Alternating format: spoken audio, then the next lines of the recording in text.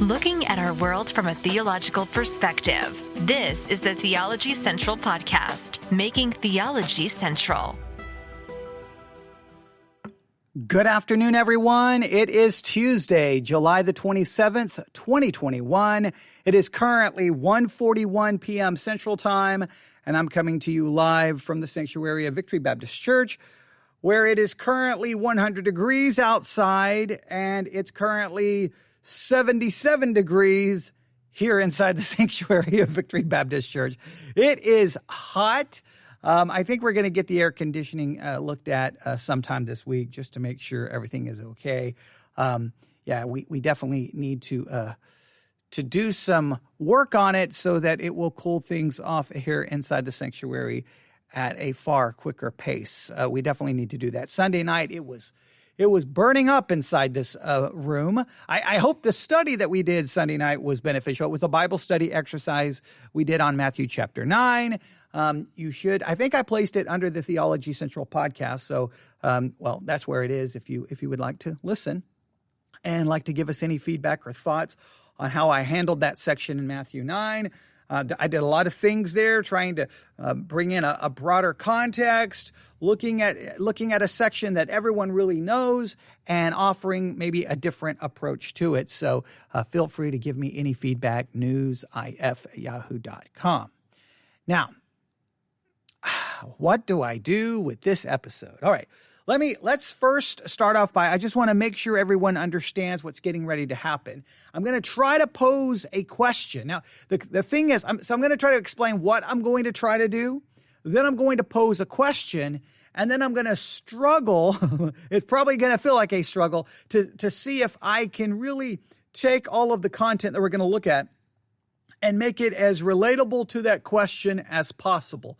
Hopefully this will all make sense, all right? So here we go. I have told you, and I have mentioned a number of times, the podcast called The Rise and Fall of Mars Hill.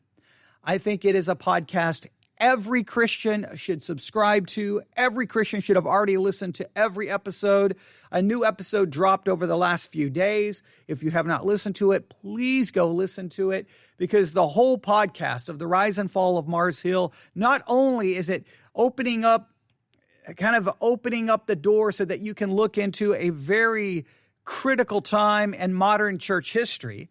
I think it's very important to do that, but I think it also, each episode raises so many questions about the church, how we do church, about church leadership, about different movements that happen within the evangelical world.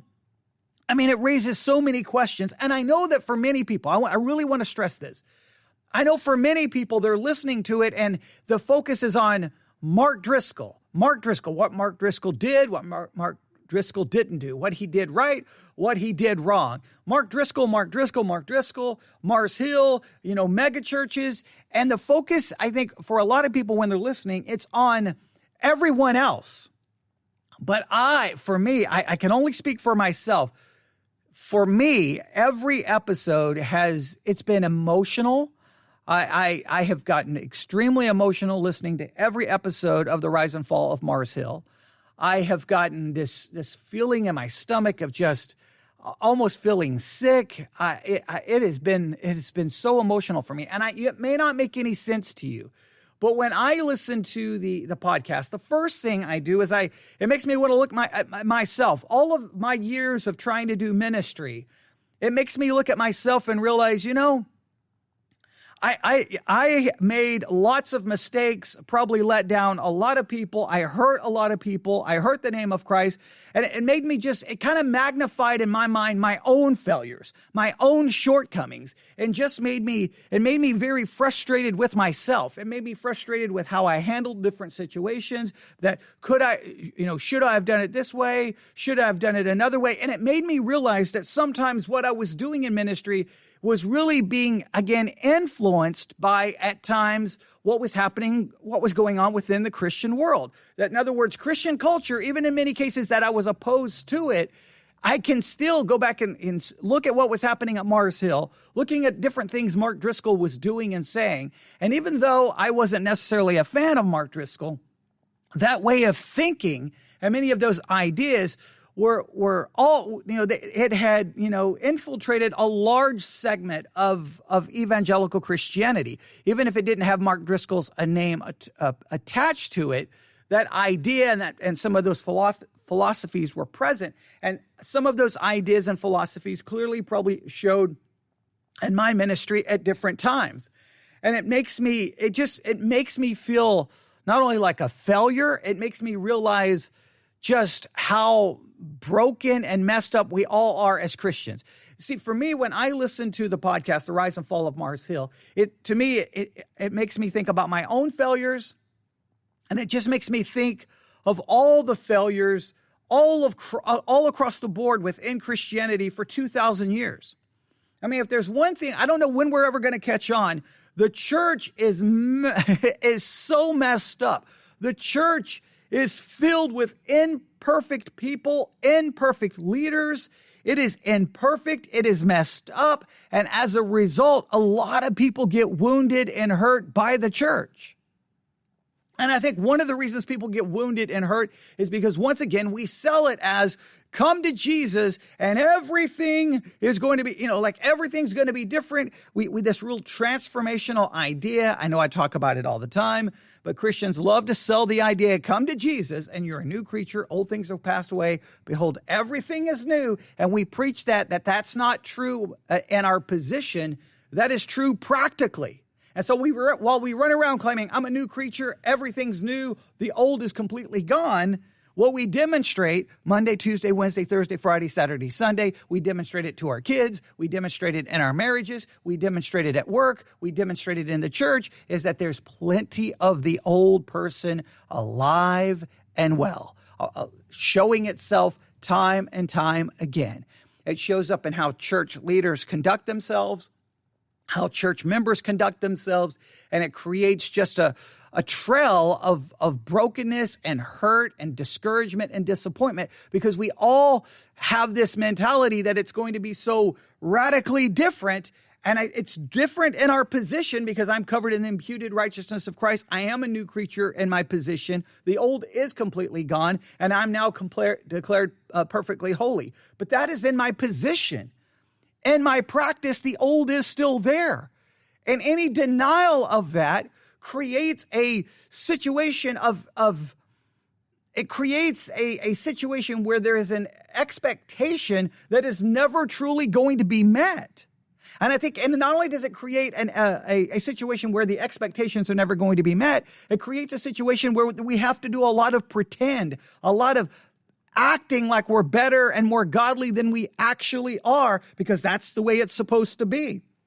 So then it begins to destroy authenticity in the church. It begins to hurt the church as being a place where people can be truly open and honest with their failures, with their sin. It doesn't become a place. It becomes a place where everyone has to, in a sense, pretend to be something that they're not. And the podcast has had, I can't even put into words the emotional impact it has had on me. It makes me frustrated with the church. It makes me frustrated at myself. It makes me frustrated of all the things I've witnessed and all of the years I've been a Christian. It makes me frustrated when I hear that podcast about all of the stories people have told me that they've experienced in Christianity. And it really makes me think, Are we ever going to catch on? Are we ever going to learn? Are we ever going to figure it out? That we've been playing a game and the game's up.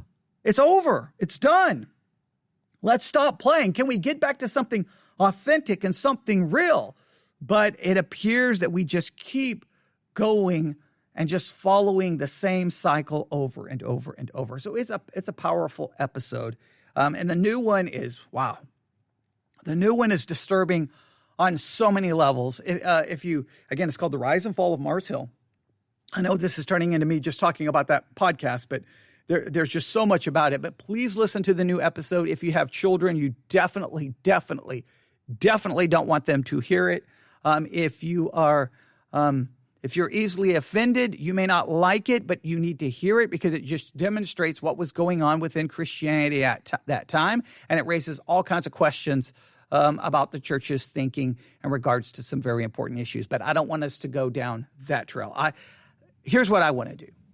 All right. So I've been listening to that. It's created all of these thoughts and feelings. And obviously, I want to talk about it. Obviously, I do. I mean, I'm turning on the microphone. Obviously, I want to talk about it. And I would love to get if you're listening to Rise and Fall of Mars Hill, please, I want to hear your thoughts. I want to hear, do you have any connection with Mars Hill? Did you ever attend there? Did you listen to Mark Driscoll all the time there? Did you go to a conference? Any of your connection? How were you, what were you doing in your Christian life at the time at the time Mars Hill began its rise, and at the time Mars Hill, experienced its total demise and fall? What was going on in your world of being a Christian? What was your church doing? What was happening in the Christian world in which you found yourself? Because I guarantee you, whether your church loved Mark Driscoll or despised him, the influence was still there, because a lot of those ideas were permeating much of Christianity. And I think that's one of the most profound things. So the podcast has really just caused me a lot of, maybe it's caused me to do a lot of just reflecting, re-examining everything I've done as a Christian, making me see once again all of my failures. And it just, I guess I really, maybe, I don't know if you felt this. When I first became a Christian and I was told, you're a new creature in Christ, old things are gone, everything's going to be new.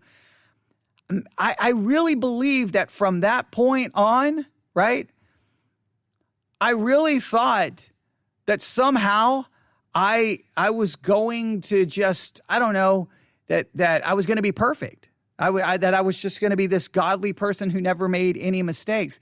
And I have some journals back when I was a teenager, and you can just hear the pain of I'm never going to be good enough. I'm never going to be perfect. I want to be, and it's just this like cry of screaming out, going, what is wrong with me? I thought it was a new creature. And I really, it almost drove me to the point of a mental breakdown, because I'm like, why can't I be perfect? Right? Because you told me, basically you sold me this idea, and it's just failure and failure and failure. And then you start realizing, okay, you can't be perfect. Just avoid these sins. As long as you avoid those sins, you're good to go. So much of a struggle. So the podcast has really just caused me much thinking and reflection, and maybe some self-loathing as well. I don't know how it's impacting you. I know one person contacted me and said that they were crying too at the end of one episode. And I'm glad I'm not the only one. I've been so impacted by it. But today I was listening to the latest episode, and there's a segment in here that I thought was absolutely fascinating. And I'm going to take this segment. I'm going to play a little of it for you, just a little bit of the segment. Obviously, we're not going to work through the whole podcast or anything like that. We're going to play this segment. And I know that they're going to kind of go one direction, and I may kind of follow their direction, but then we're going to veer off and go on our own. But I want to kind of just set this up. I know I'm kind of doing a 13-minute intro so far, but I want to set this up by kind of asking a question. Do you believe that throughout church history, the church has always required a new enemy to focus on, to fight, to go to war with? And the church does that in order for it to grow in power and influence. That the church always needs that enemy there, because yes, we know that we do not fight against flesh and blood. We believe we're involved in a spiritual war. We know we have Satan. We know we have the world. We know we have the flesh. We know we have the devil. We know we have these things to fight against.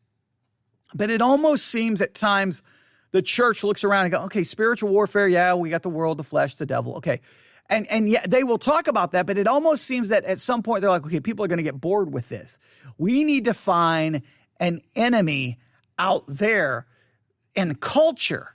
And then it'll be a call to arms. The reason you need to be with us is we're fighting the demise of culture. We're going to fix it. We're going to combat it. We're going to take this country back. And that by doing that, then it mobilizes Christianity to rally around that cause. And then we can possibly gain political power, prestige, money, build almost a mini kingdom, and then our heroes go to write books, and then they're being interviewed to fight against this enemy. Do you think throughout church history we look for that enemy to fight? And then we're like, and then it becomes the cause of the day. Whether it's like, okay, we've got to find all the witches and have witch trials, and okay, it's witchcraft. That's the thing, or it's whatever the next issue is. Do you think the church is always looking for that next big fight? And then we commit lots of resources, time, parachurch ministries to fight against this particular cultural issue, whatever it may be. In the 80s, it felt like that churches were that the enemy, and at times in the 80s, there was a lot of different enemies the church focused on in the 80s, but at one point it was rock and roll, MTV, music. And so here in West Texas, I've told the story before, I would go from all the different churches having their little, one night conference on the evils of rock and roll. And they would play records backwards to let us hear those secret messages that were, placed into the records were, about worshiping Satan or smoking marijuana and whatever the case may be. And then they would, play clips from the songs and show the artwork and like, we're in a war. Satan is trying to take our children through rock and roll. We've got to burn records. We got to ban this stuff. We've got to get a warning label on this music. And parents, you need to go, kick in the door and go into your kid's room, find that music, and you've got to take it from them and burn it. And it was like, that was the enemy. Do you think the church almost seeks an enemy out to give it relevance and purpose because we get bored with, the Great Commission? We get bored with just trying to live our Christian life. We need a war. Now, I'm just posing the question. Now, this is going to come up kind of a subtle way here in this clip. Again, this is from the newest episode of Rise and Fall of Mars Hill. Wherever you get your podcast, you need to go back to the very beginning and listen to all of them. But here it is. Just see if this makes any sense of what I'm trying to say. Now, you may disagree with me, but I think there is a very important concept here. And I think this concept has a lot to do with the way I react a lot of times to the new cultural war that the church tells me I'm supposed to be fighting. That's why I'm always hesitant, and I'm always like, wait, really? That's the new enemy? And sometimes I'm very suspicious of it all.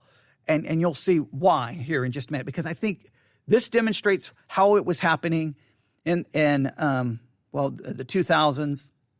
It wasn't the 1990s. Well, whatever years that I'd have to go back and look at when Mars Hill kind of rose to its prominence. But those few years that it was there during that time, and even before that, there was these same issues happening in the church. And I think it's happening right now as I speak. There's a new enemy that supposedly is about to infiltrate your church and take everyone down. And that's where we're mobilizing now our forces to fight against it, and it's nonstop. Well, you know what I'm talking about if you listen to me all the time, but this will all make sense. Let's listen to this. Here we go. Culture is always an ebb and flow, and so if feminism, or the egalitarian movement, or a broadening of the definition of masculinity is a current running in one direction, it's predictable to imagine something else emerging that runs the other way. And Driscoll was certainly a figure in that countercurrent, but he wasn't alone. About a decade before this, a group of scholars including Wayne Grudem, John Piper, Wayne House, and Dorothy Patterson gathered after an annual meeting of the Evangelical Theological Society. As Grudem put it in Reflections from 2009, we all were saying that we had to do something because egalitarians were taking over the ETS. Their meeting paved the way for others, and soon the Council on Biblical Manhood and Womanhood was born, a source of academic and popular resources arguing for a complementarian understanding of gender in the church. All right, stop right here. So they are acknowledging that culture is constantly in an ebb and flow. And when the culture goes one direction, it's inevitable that someone's going to rise up going against the other. And this is where you get the culture war, right? Okay, culture is going left. We're going to turn, and then there's going to be a movement that rises up that we're going to go right. And then you get the fight, the pushback, right? So there was a point in the church where there was a lot of arguing and fighting over biblical manhood, biblical womanhood, gender roles. They talk about egalitarianism and other different views. I could go through all the different ones, but I'm trying to stay focused here. All right, and the church started fighting back this. So you have a conference, they come out, they do all of this stuff to fight against it. So here's the church, and they're like, okay, we've got an enemy over here, let's fight it. Now, I'm not saying that the issues are not important. I'm not saying that we should not deal with some of these issues. But what happens is it almost becomes, all right, the culture went one direction, we've got to fight against it. And then we mobilize our forces to go after it, and we're going to combat it, and we're going to stop it. And then sometimes you have to ask yourself, when it's all said and done, after all the fighting, after that battle, because we're just going to move on to another battle because the war never stops because the church constantly needs an enemy. After we mobilize all the forces, hold all the conferences, form all the committees, write all the books, put out all the materials that we can, when it's all said and done, 10 years later, 15 years later, did the church win or did the church lose? Did the church actually accomplish anything or not? Now, it usually created a lot of money, or put it this way, it usually created a situation where a lot of money could be made, because all of that material that is produced to supposedly fight against that new turn in culture, guess what? They charge money for it. So you have basically a publishing industrial complex that's going to take advantage. Oh, everyone's upset about the change in culture towards, gender, sexuality, womanhood and manhood. Okay, let's put out as many books as we can. And so they make their money. Oh, we got to have conferences, because now we got to have conferences dealing with these issues. So then you create conferences, and of course, you know what it takes. It takes money to get inside those conferences to fight against this. And then, of course, who's going to be on the stage in those conferences? The new celebrity. We've got the new celebrity, the new general in the battle. And then they're standing there going, this is what we must do. And everybody's like, amen, amen. Can I get your autograph? Oh, can I take a selfie with you? Oh, this is so amazing. You're my hero. We're fighting the war. And then sooner or later, that battle, everyone gives up on the battle, or everyone just moves on. Like after a while, we're tired of fighting that. Oh, look over there. Look over there. There's a new battle. And then everyone takes off and runs over there. And it just continues to go on. And then they got to write new books, new conferences, new celebrities, and a new battle. And it just keeps the church, quote unquote, relevant, quote unquote, gaining power, because they're fighting. And so you need to be a part of it to fight that.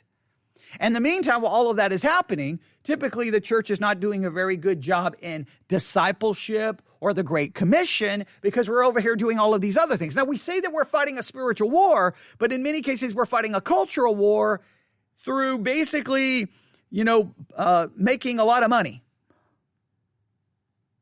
and creating celebrities.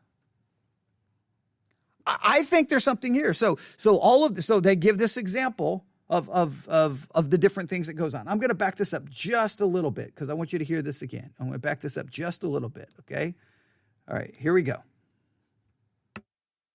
Reflections from 2009. We all were saying that we had to do something because egalitarians were taking over the ETS. Their meeting paved the way for others, and soon the Council on Biblical Manhood and Womanhood was born, a source of academic and popular resources arguing for a complementarian understanding of gender in the church.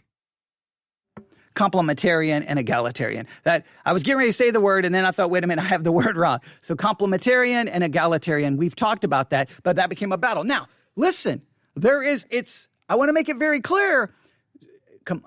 Speaking of these views, it's very important, complementarian or egalitarian. This comes to how do we understand the scripture? How do we interpret these scriptures? That needs to be dealt with from the pulpit. You're dealing with how to interpret these scriptures and what should that look like in the church and how we should conduct ourselves. I'm not saying we never address it, but what happens is egalitarian, complementarianism, gender, sexuality, manhood, womanhood, these becomes culture is changing on all of these issues. Now we've got to fight against it. And then we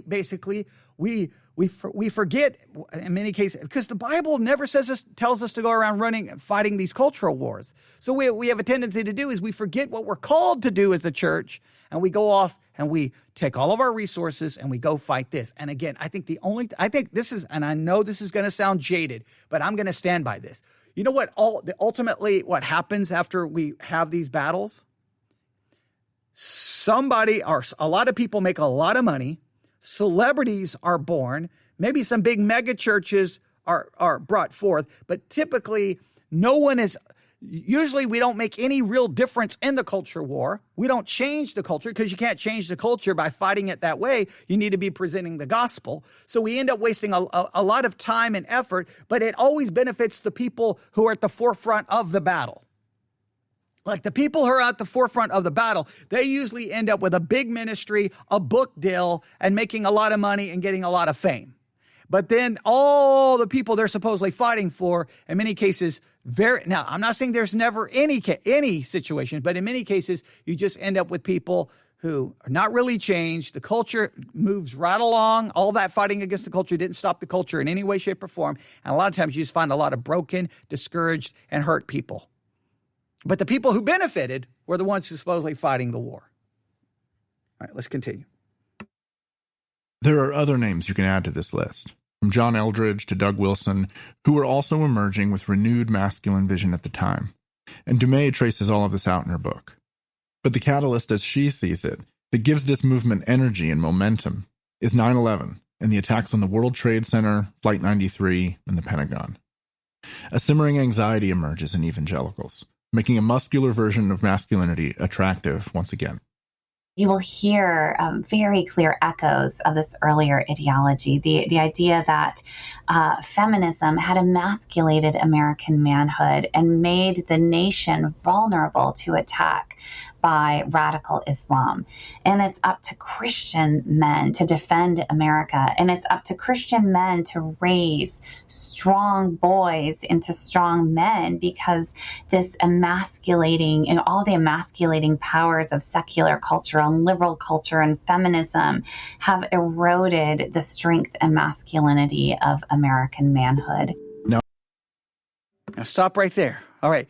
So 9/11 becomes a major catalyst. Now, this is you may never even thought about this, but this is sometimes when we look back on something, sometimes our vision becomes clearer and we can kind of understand a trend here. So look what happens. And I don't know if you remember, but I think there's a lot of truth to this. 9/11 happens, and America's under attack. We are under attack. And this is almost like it's a religious war. Okay, well, what possibly led us to being vulnerable for attack? Well, radical feminism. It's emasculated men. We don't have men. We're not strong. Our country's going to be brought down. We're under attack. So we need to first fight against feminism, and we need to build a biblical masculinity, right? A true biblical masculinity, so that we can defend our country, and we've got to fight against radical Islam. So what became some of the key enemies at this time? Feminism and Islam. And we've got to fight against it. We got to fight against it. But let me tell you, you know how you're going to fight against feminism? You know how you're going to fight against radical Islam?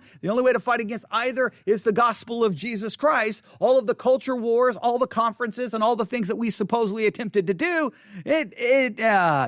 we won't even go into did it stop anything? Did it accomplish anything? All right. So that right there, when I heard that immediately caught my attention, that we use this mentality of a war and an enemy became kind of a dominant language. Now, the host here is going to kind of question what that woman just said. He's like, is this really true? Listen to how this kind of proceeds. I'll be honest. When I first heard this argument, I thought the 9/11 thing was a little bit too on the nose. But then while I was working on this project, I came across this audio of Driscoll in late 2001 talking about this very subject. There is an intense femininity that has crept into Christianity. Islam is a masculine religion. That's why they run an airplane into the World Trade Center, and we meet in Central Park in New York, and we get men like Elton John to play the piano and cry. That's our response as a nation. Gay men with wigs cry. because mean men with facial hair beat us. You can sort of map this out, how post 9/11 anxiety intersects with the sense that the sexual revolution was out to take advantage of women and destroy the family. You can also throw postmodernism into the mix, the feeling that truth itself was in the balance. Now add feminism and secularism and the loss of a sense of identity and meaning that permeated movies and literature at the turn of the century. These fears were actively stoked by conservative evangelical leaders who had a direct interest in stoking fears in order to consolidate their own power. And we see that in the history of conservative evangelicalism. So somebody like Jerry Falwell Sr. in Thomas Road Baptist Church absolutely followed this formula. But I really think that the best example of that is Mark Driscoll. So you see the idea, stoke the fear. We're under attack. It's basically like 9/11. We are under attack. We have got to do something. And here's the solution. Here's 5 points. Buy my DVD, come to my conference, and we've got to do something. Now, in many cases, the issues being raised may be very true, may be very relevant. Listen to me again. The issues may be very true. The issues may be very relevant. It may be a very clear indication that there is a true change happening in culture, and it's going to be problematic for biblical Christianity moving forward. But the issue always is, what is the solution? How do you fight it? How do you combat it? Well, what we typically do is, again, mobilize basically our Christian army to go fight it while we completely abandon, in many cases, what Christianity is supposed to be. So look at all the battles, all the fighting that's happened over all the years. Just think about how long you've been a Christian and which new hot topic that we have to be upset about, we've got to be fighting, we need to do something about. You just write them all down. Then ask yourself, where are we today after all of those fights? Look at where culture is today. Did we accomplish anything? Did we do anything? What did we do? All right. So, and I think what you're going to see in almost all cases, we didn't win. Okay. The culture ultimately moved the direction it was going anyway. We didn't stop the culture. And then look at the state of the church. Look at surveys about biblical literacy. There's an epidemic of biblical illiteracy. There's an epidemic of theological illiteracy. There's a major problem in the church. Why? Because the church wasn't doing what the church was supposed to do. We abandoned the Great Commission. We abandoned discipling people. We abandoned equipping Christians for the work of ministry because the ministry now turned into a culture war, stoked by fears of Christian leaders. And guess who ultimately wins when those fears are stoked? Those Christian leaders, because they get bigger ministries, make more money, and get more book deals, and get to speak at more conferences. That's the only one who wins. It may feel like we've drifted from the subject at hand, but this background helps us understand the subtle, even insidious ways that a church like Mars Hill can exert extraordinary influence over people's lives. Along with experiences like we explored last week, those moments of grace and growth, there's a subversive but equally powerful sense of fear at work. The message is that the world is dangerous and it wants to rob you of meaning, of relationships, of family, of legacy. Other churches, you're told, are a mess too, because maybe they believe the wrong things, or they have the wrong leaders, or they just don't have nearly the results that a place like Mars Hill does. So you join the community because of a sense of safety and certainty that it offers. This place has the answers, and it's fighting the good fight. And when you experience challenges and difficulties, as so many people did, that sense of fear comes back to haunt you, holding you in place, making it hard to imagine being anywhere else. You've heard a portion of this next clip before, but it's worth revisiting here. All right, I'm going to stop right there. There's so much to go into, and I think even at one point, he says that when Mark Driscoll, after he got done doing all the things he was supposed to do and trying to fight, feminism and the sexual issues and all the things he tried to fight, ultimately he left a trail of a lot of broken, hurt people, but the only one who got a book deal out of it was Mark Driscoll. Mark Driscoll got the book deal. Everyone else's lives were left in shambles. because he stoked the fear that this is going to destroy us and we've got to fight this and we got to fight this. And you need me to lead you. And then he gets the book deal because the rest of evangelical Christianity is like, oh, here's the next big thing. Look at his numbers. We can sell some books with him. So let him stoke that fear. Let him be the solution to the problem. And in the meantime, Christians don't even realize, wait a minute, what happened? Well, how did we get way over here? Because you left the path you're supposed to be on. Now, I know a lot of people are about to disagree with me, but I believe I am right here. We are witnessing the exact same thing in 2021. Now it's not womanhood, manhood so much. Now now those issues are still there and Christians are still arguing about those things. It's not, Christians are still talking about gender identity and some of those issues, homosexuality. I'm not saying those things are not being talked about, but at the moment, the flashpoint, the thing that's going to destroy us, the thing that the church needs to mobilize against is, are you ready for it? Radical, not Islam this time, radical Marxism, communism, socialism, and then all of this is brought together and kind of included in CRT, or critical race theory.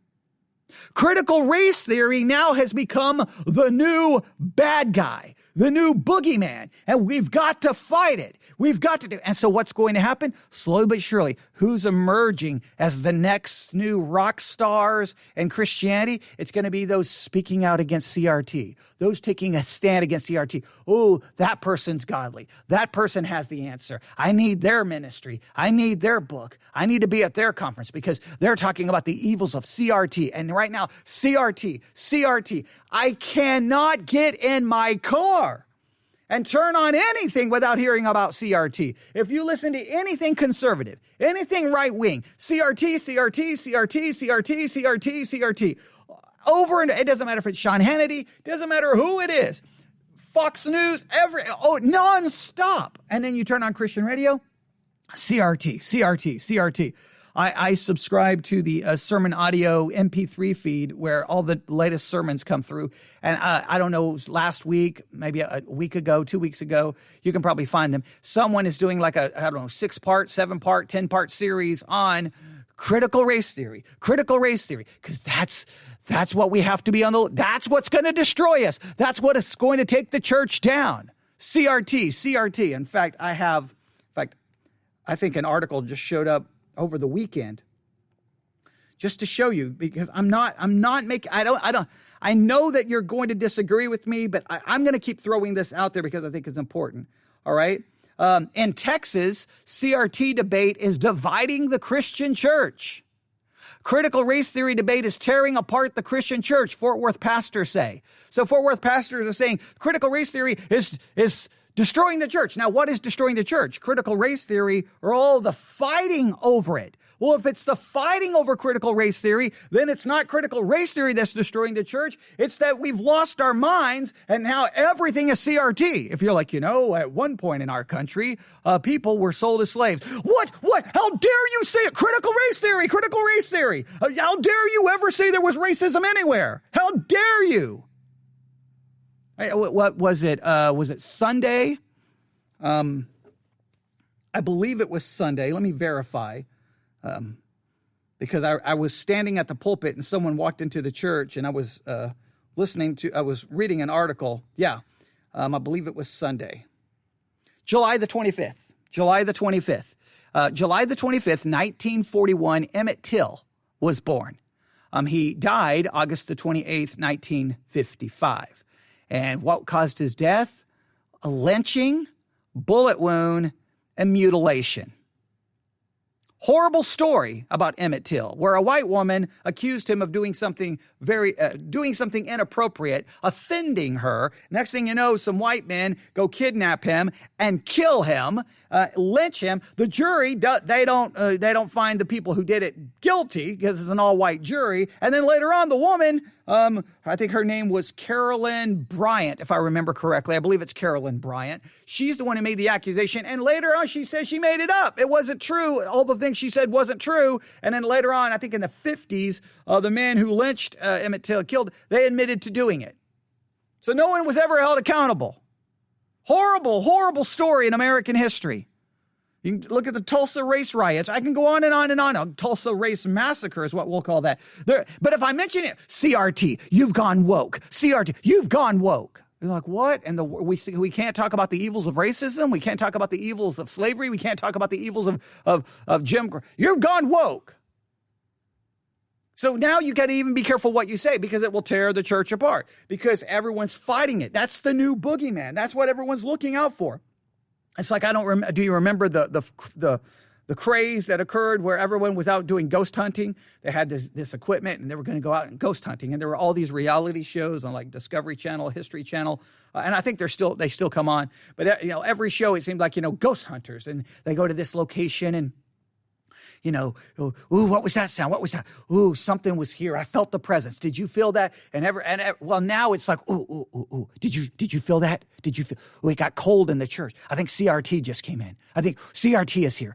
Okay, what do we do? Okay, everyone grab your guns. CRT is here. We're under attack. And that's what's happening. This article, in fact, I'm going to do a podcast on this article probably by itself, but I'll just pull it up. This is from the Star Telegram, which is in Fort Worth, which is not about, 2 hours from where I'm currently sitting. At a packed Fort Worth school board meeting, please note school board meeting, in mid-June, 48 speakers walked to the front of the auditorium and argued against what they called critical race theory, which included the school district's racial equity work. Of these 48 speakers, nearly a quarter invoked a powerful persuasive tool, God.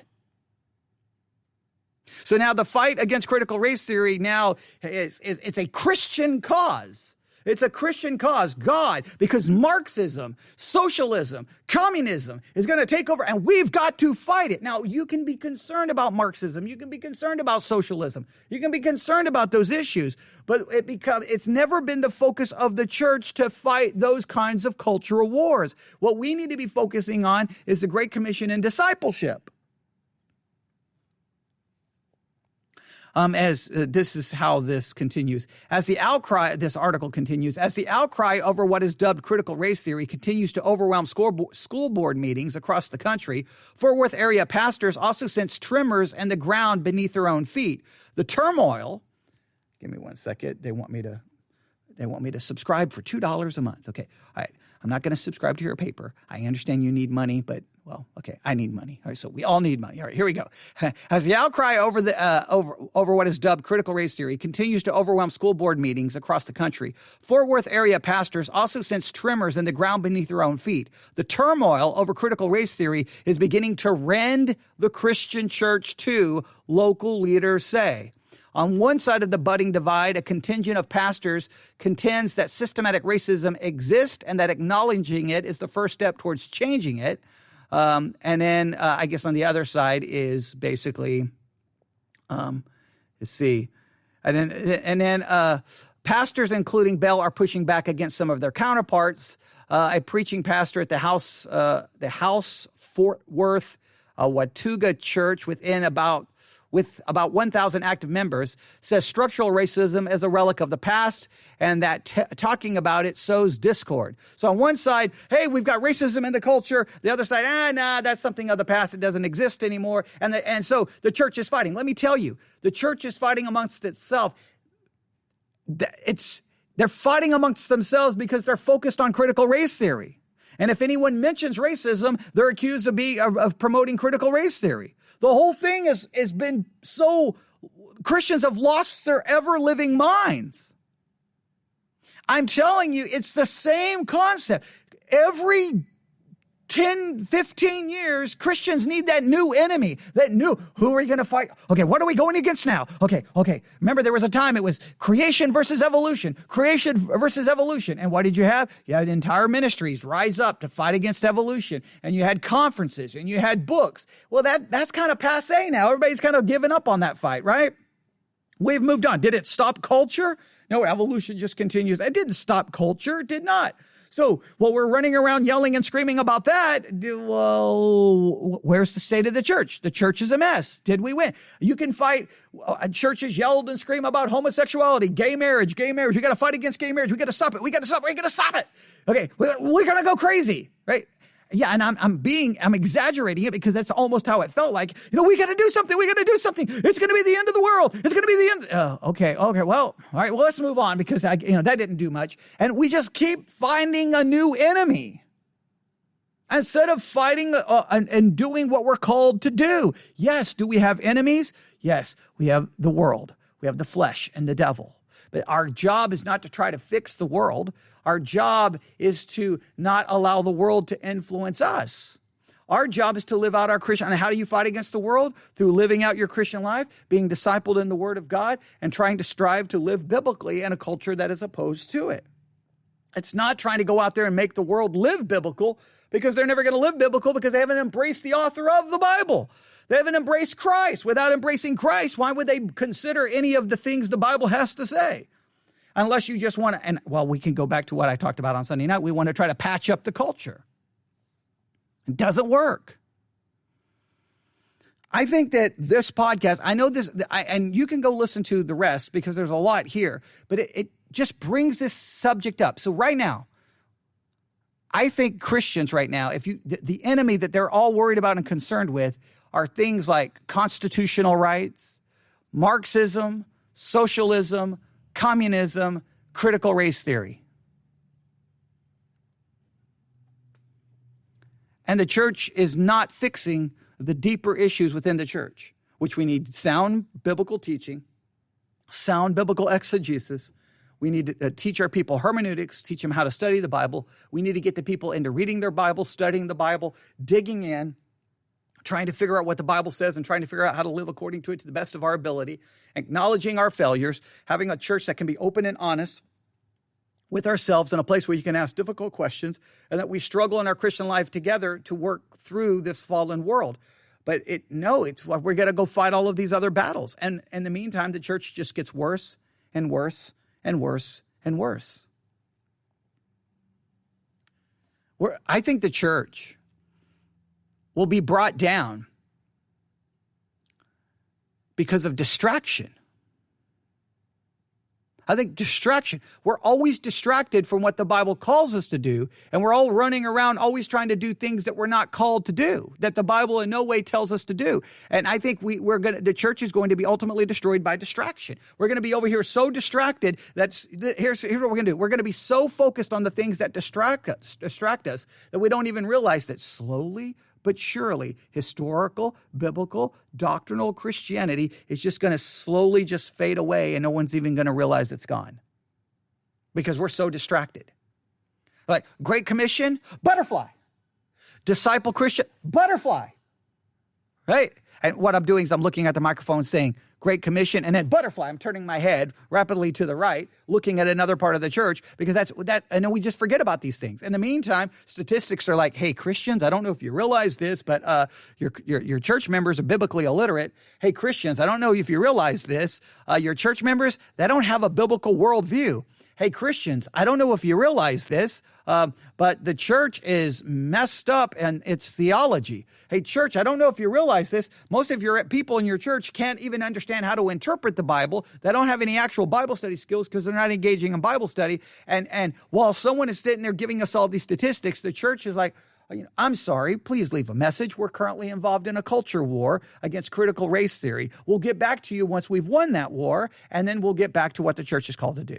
Unless another culture war arises, and then we'll go fight that because we don't really have time to do church. I think I'm on to something. And I think that maybe some of the things happening at that happened at Mars Hill, some of the things that are being talked about in this podcast today, is historical evidence that what I am currently saying in the present has historical precedent. And I want to get your thoughts. So email me. I want feedback. newsif@yahoo.com. newsif@yahoo.com. That's newsif@yahoo.com. newsif@yahoo.com. I mean, and when you listen to if you listen to any of the episodes of the Rise and Fall of Mars Hill, if there's a segment that just really jumps out at you, let me know. Let's talk about it. All right. But I'm going to stop right there. There's so much more I want to say. I want to play more of this. I want to play more of this. But I'm not going to do that because I just wanted to play a small clip so that you could hear some of it. All right. So there you go. All right. I can't wait. I hope this sparks a conversation. I know it probably will not, but I hope it does. All right. I'll stop right there. Everyone have a great day. Thanks for listening. God bless.